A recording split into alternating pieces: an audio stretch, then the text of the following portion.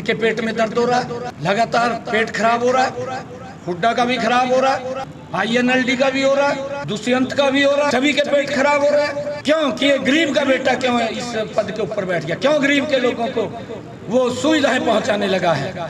तो पहले तो बीच में उसकी जेब भी कहीं की गर्म होगी, वो तो बेचारा ताड़ियां बजाता रहता था, उसके पीछा पीछा घूमता रहता था, भी देंगे भाई देंगे, मिलती नहीं थी नौकरी। इस बात को जानते हैं, मुख्यमंत्री थे, उनके समय में एक गैस का सिलेंडर 3 दिन में उपलब्ध होता था।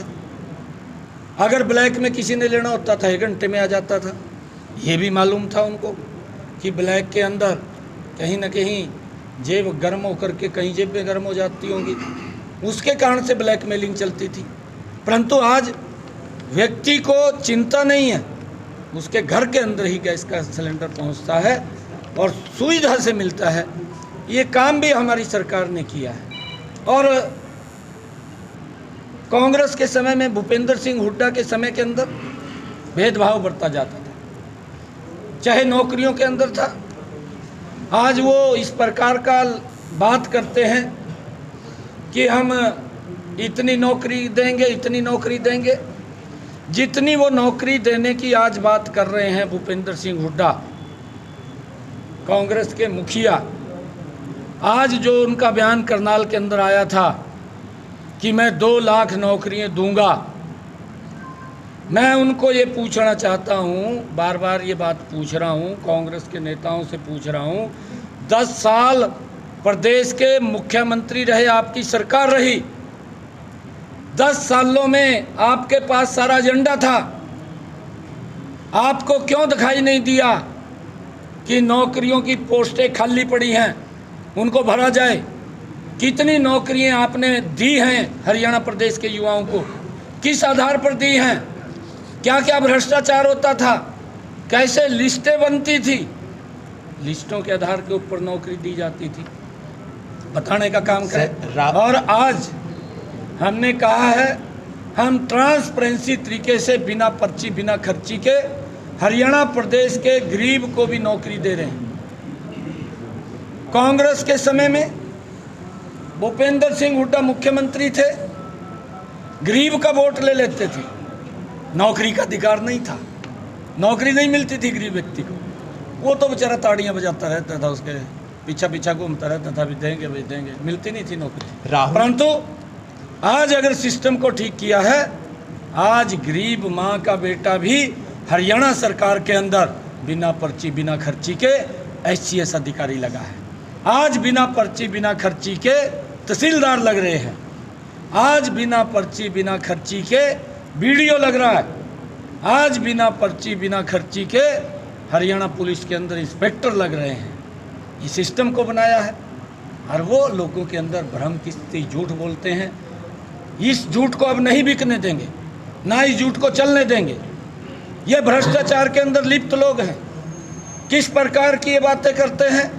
अरे गरीब का बेटा, आज नरेंद्र मोदी ने उसको मुख्य सेवक के रूप में हरियाणा में आज बैठाया है।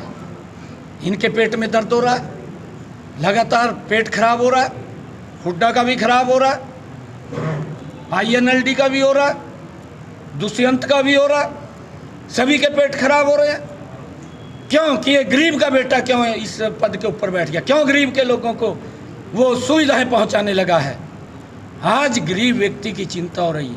आज मैं जींद के अंदर हरियाणा प्रदेश के 1,02,267 श्रमिकों को जो बेनिफिट देना है, 80 करोड़ रुपया आज उनके बेनिफिट का उनके खाते में चला जाएगा। ये गरीब व्यक्ति को मजबूत करने वाली सरकार है।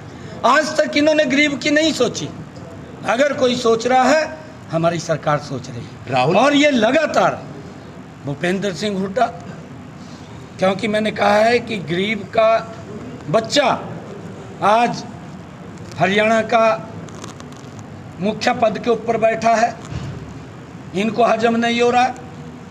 कभी कुछ बोलते हैं, कभी कुछ बोलते हैं, कभी कहते हैं राज्यपाल के पास जाएंगे। भाई कौन रोक रहा है? राज्यपाल का संवैधानिक पद है, आप जाइए। परंतु मैं ये भी कहना चाहता हूँ कि आप अपने विधायक तो इकट्ठे कर लीजिए, विधायक तो तेरे पल्ला है नहीं, और इधर उधर की बात करता है।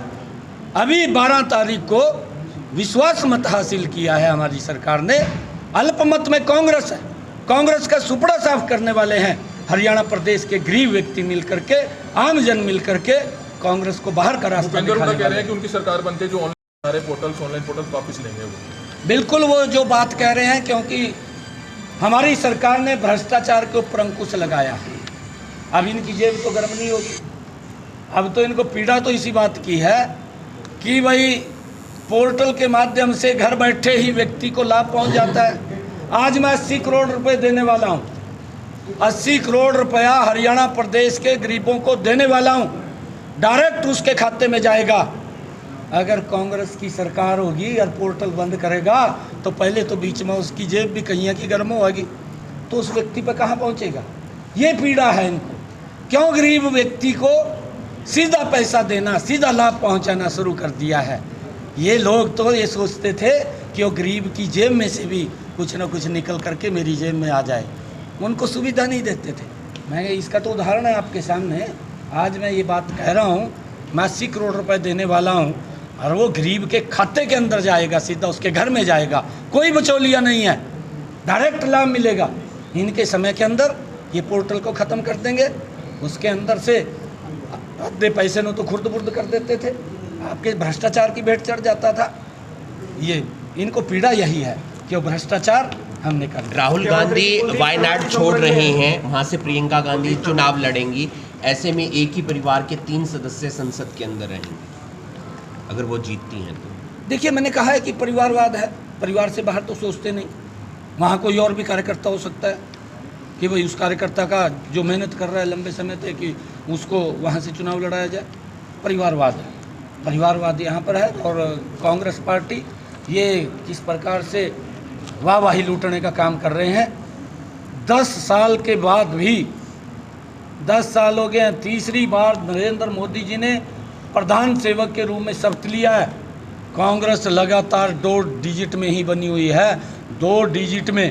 और ये किस प्रकार से वाहवाही लूटने काम कर रहे हैं कि भाई हमारी तो हम तो इस तरह कर रहे हैं जो कल ही शपथ लेंगे। इस प्रकार का माहौल खड़ा कर दिया। परंतु 2 डिजिट में ही है कांग्रेस, आगे नहीं बढ़ पाई। इसके कुकृत्य, इसके कुकर्म, उसके कारण से लोगों के ऊपर जो अत्याचार, जो इन्होंने उनको अपमानित करने का काम किया है, उसका परिणाम है नरेंद्र मोदी जी बहुत बड़े मैंडेट से तीसरी बार कंटिन्यूटी में उन्होंने शपथ लिया है। देश के लोगों को बधाई देता हूं, क्योंकि नरेंद्र मोदी जी गरीब की चिंता करते हैं। बतौर एमएलए नायब सैनी करनाल के लिए क्या कुछ नया कर रहे हैं, क्या कुछ योजनाएं बनाई गई हैं, क्या कहना चाहिए? देखिए, हमारे सामने क्योंकि समय का भी बड़ा घाट है, बड़ा कम है समय, परंतु जितने भी काम आदरणीय मनोहर लाल जी ने यहाँ अनाउंसमेंट किए हैं, एक भी काम ऐसा नहीं बचेगा जो नहीं रहेगा। सारे काम पूर्ण करने का करेंगे। मनोहर लाल जी ने बहुत ज़बरदस्त तरीके से करनाल को आगे बढ़ाने का काम किया। मैं देखता हूँ जहाँ जहाँ भी सुविधाओं का अभाव है, क्योंकि 2 महीने का 2.5 महीने का समय है, जितना समय मेरे को मिला है उसके अंदर मजबूती से कि प्रदेश के लोगों को भी और करनाल के लोगों को भी वो सुविधाएं मिले, उसके लिए लगातार मैं प्रयास कर रहा हूँ।